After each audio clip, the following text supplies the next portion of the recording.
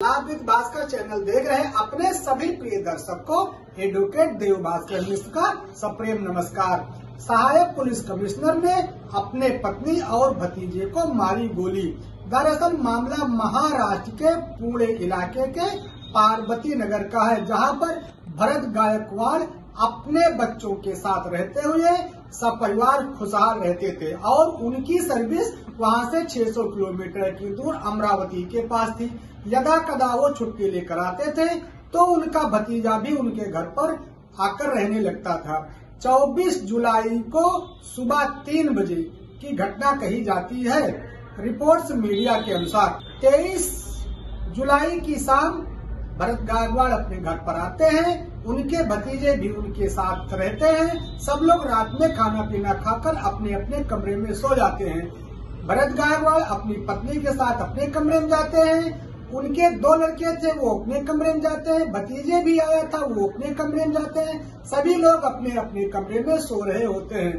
तभी near about media reports के अनुसार लगभग 4 बजे के आसपास गोली चलने की आवाज आती है तो घर के सभी लोग दौड़ के उनके कमरे की तरफ जाते हैं, मगर क्या था, अंदर से कमरा बंद था। तब उनका बड़ा लड़का डुप्लीकेट चाबी से उस कमरे को खोलता है। फिर इसके बाद ये देखा जाता है मीडिया रिपोर्ट्स के अनुसार कि उनकी पत्नी बेड पर मृत पाई गई। इसके बाद सभी लोग भौचक रह गए कि आखिर ये क्या हुआ। तब तक सभी लोग उनको रोकने की कोशिश कर रहे थे, लेकिन वो उतने गुस्से में थे कि किसी का कहना सुनना नहीं मान रहे थे। और उनका भतीजा जो दीपक था वो सबके साथ सामने होकर अपने चाचा को रोकने का प्रयास कर रहा था।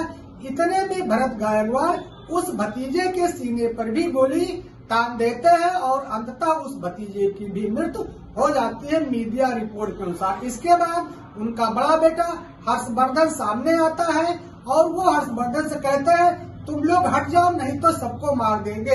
मीडिया रिपोर्ट्स के अनुसार सभी लोग पीछे हट जाते हैं और इसके बाद वो पुनः अपने कमरे को बंद कर लेते हैं और इसके बाद वो स्वयं को भी पिस्टल से गोली मार लेते हैं।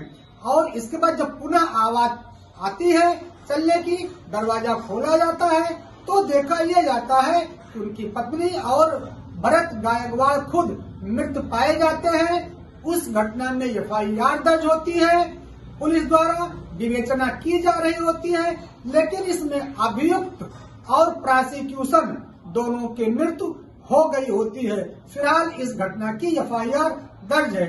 आप ऐसे घटना के विषय में अपनी क्या राय देते हैं ये मुझे कमेंट्स बॉक्स में जरूर अवगत कराइएगा। मिलेंगे नए विषय के साथ, तब तक के लिए प्रणाम, धन्यवाद।